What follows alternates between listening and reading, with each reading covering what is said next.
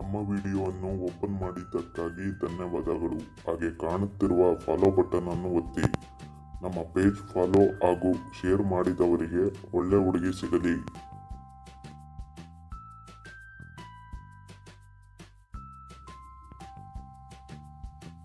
ಹುಡುಗಿಯರು ಹುಡುಗರ ಪ್ಯಾಂಟಿನಲ್ಲಿ ಯಾವಾಗ ಕೈ ಹಾಕುತ್ತಾರೆ?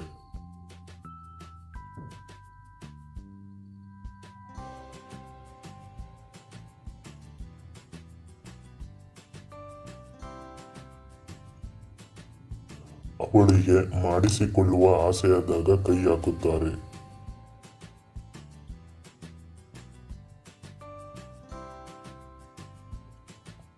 ದೊಣ್ಣೆಯನ್ನು ಉದ್ದ ಮತ್ತು ದಪ್ಪ ಮಾಡುವುದು ಹೇಗೆ?